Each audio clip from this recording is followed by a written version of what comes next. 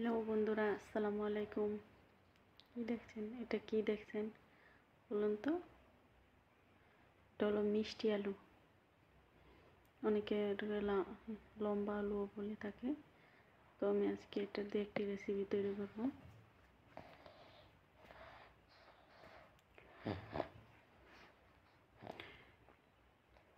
ভেঙে নিয়েছি আমি, একবারে আস্তে দিলে সহজে কেটে সিদ্ধ হবে না। কেটে সিদ্ধতে বসিয়ে দেবো।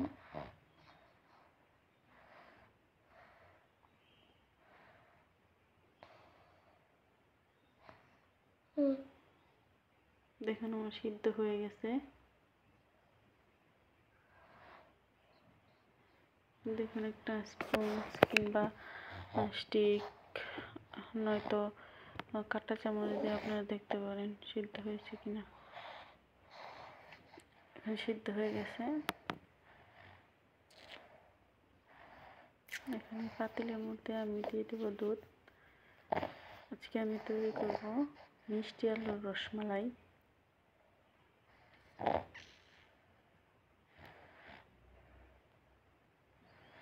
এই দেখুন দিয়ে দিচ্ছি।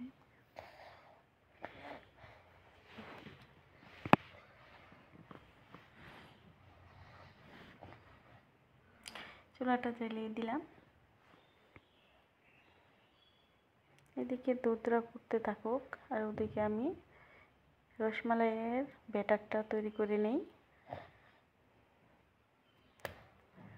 ব্যাটার তৈরি করতে আগে যা লাগবে তা হলো এখানে চিনি আছে, দারুচিনি আছে, তেজপাতা, লবণ আর হলো চাউলের গুঁড়া, আতপ চাউলের গুঁড়া দিয়েছি।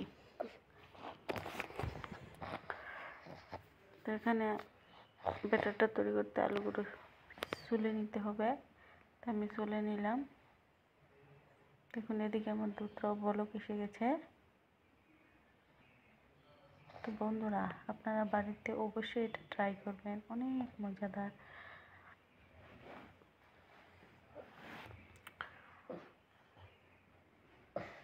এখন আমি তেজপাতা আর দারুচিনিগুলো দিয়ে দেব।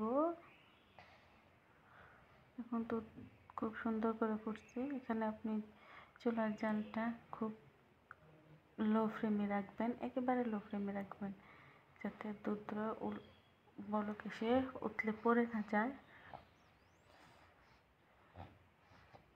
দুধটা খুব ঘন করে জাল দিতে হবে। তো এদিকে আমি ব্যাটারটা তৈরি করে নিচ্ছি। আলুগুলো একটা কাঁটা চামচের মাধ্যমে মথে নেবেন।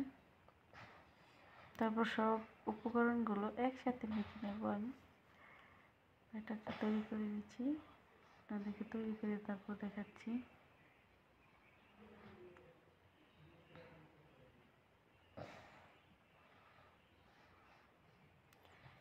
খুব ভালো করে মিক্স করে নেবেন। আলুটা যেন দানা না থাকে, শক্ত অংশ না থাকে। এই দেখুন আমি সব উপকরণগুলো একসাথে মেখে একটি ডো তৈরি করে নিলাম। তো এখন আমি আস্তে আস্তে দুধের মধ্যে দিয়ে দেবো অল্প একটু চিনি, যেহেতু রসমালাই মিষ্টি ছাড়া তো খাওয়া যাবে না।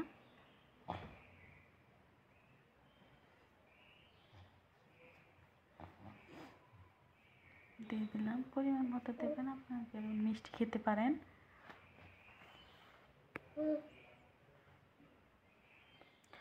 এখন নেড়ে গলিয়ে দেব।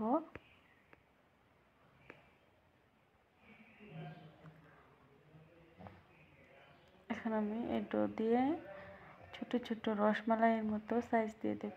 আমি একটু বড় করে নিয়েছি, আপনারা চাইলে আরও ছোট ছোট করে নিতে পারেন। তো চলুন সবগুলো করে নিই আমি। এই দেখুন সবগুলো আমি করে নিয়েছি। এখন ব্যাটারটা ভালো করে জাল হয়ে গেলেই দিয়ে দেব। মিষ্টি আলুর এই রেসিপিটি খুব মজার। রসমালাইয়ের চেয়েও ভালো একটা ফ্লেভার আসে এর মধ্যে। টেস্ট আছে। এই দেখুন আমি এখন দিয়ে দিচ্ছি, দুধটা আমার বলক হয়ে গেছে।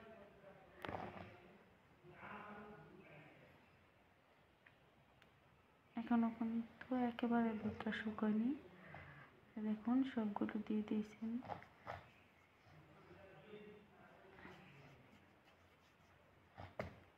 এখন এর মধ্যে আপনারা চাইলে দিয়ে দিতে পারেন অল্প একটু গুঁড়ো দুধ।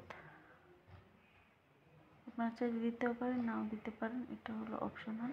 যার কাছে বেশি দুধ আছে সে দুধটা আরও জাল করে নেবেন। আর আমার কাছে অল্প পরিমাণে দুধ ছিল, তাই আমি গুঁড়া দুধও ব্যবহার করেছি। গুঁড়া দুধটা যত বেশি দুধ দেওয়া হবে তত বেশি মজাদার হবে।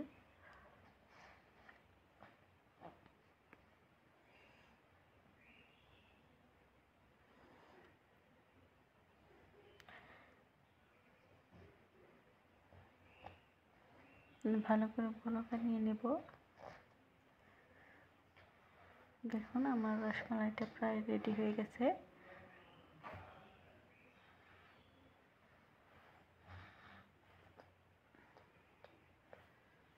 কত সুন্দর লাগছে দেখতে দেখুন। এখন আমি চুলাটা বন্ধ করে চুলা থেকে উঠিয়ে রেখে দেবো 2 থেকে 3 মিনিটের মতো, যেন রসমালাইয়ের ভেতরে চলে যায়। এই দেখুন আমি বাটিতে নামিয়ে নিয়েছি। দেখুন কত সুন্দর হয়েছে। আপনার বাসায় ট্রাই করে দেখবেন। আমার রসমালাই তৈরি শেষ। আসসালামু আলাইকুম সবাইকে। আমার চ্যানেলটা সবাই সাবস্ক্রাইব করে রাখবেন এবং বেল আইকনটি বাজিয়ে রাখবেন, যেন আমি পরবর্তীতে কোনো ভিডিও আপলোড করলে আপনার কাছে সবার আগে পৌঁছায়। ধন্যবাদ সবাইকে। অবশ্যই বাসায় ট্রাই করে দেখবেন এটা। Please subscribe.